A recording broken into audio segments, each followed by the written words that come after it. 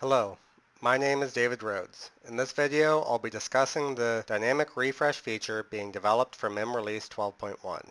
The new dynamic refresh feature provides the ability to dynamically refresh or switch the MIM load library without stopping and restarting the MIM address space or taking a system outage. So why might you want to refresh or switch your load library? The most common reason you might want to do this is to add a PTF or CA recommended service. You can now create a separate load library with the new maintenance applied to it, then dynamically refresh to the alternate load library.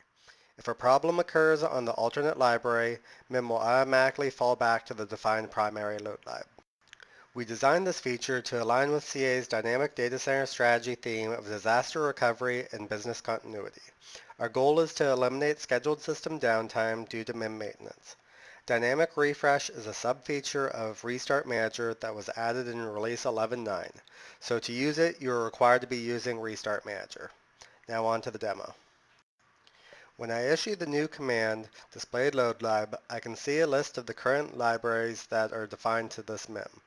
The initial load library is a load library defined in the MIM proc as step lib. The current load lib is the one you're currently using.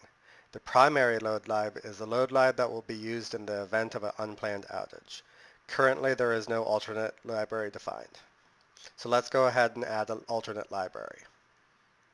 When adding an alternate library, make sure that the library is a PDS, is APF authorized, and your security definitions allow MIM to access it. If the command fails, a message will be issued for the reason of the failure. Now when we issue the display load lib command, we see that the alternate is defined and a DD name was automatically assigned to it.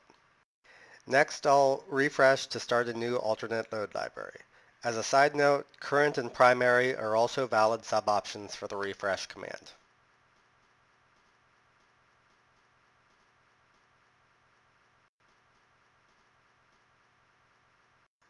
Once MIM synchronizes and we issue the displayed load lib command, we can see that the alternate load lib is now also the current. Since it is not the primary load lib, if an aberrant occurs, like I'm going to force now, MIM will refresh from the primary load library.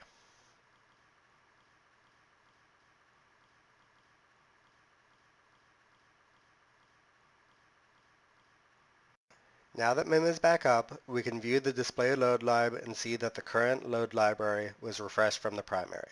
Also, the alternate load library was cleared. So now let's redefine the alternate library and issue the refresh to start running from the alternate library again.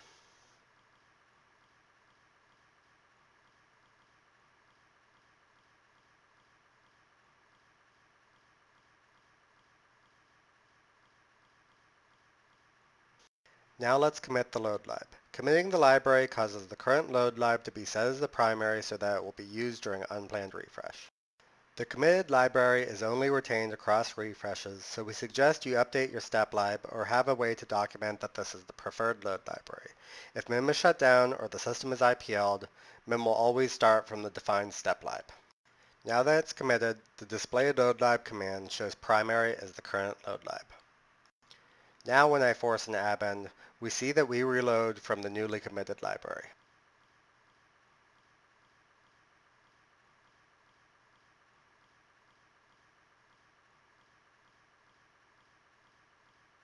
Now that we've recovered from the append, we can see that we're on the primary load lib. This concludes the demo. In this video I demonstrated how to dynamically refresh MIM to an alternate load library and the differences between committing and not committing the library. You can find more information on the dynamic refresh feature in the CA MIM 12.1 documentation at wiki.ca.com. Thanks for following along.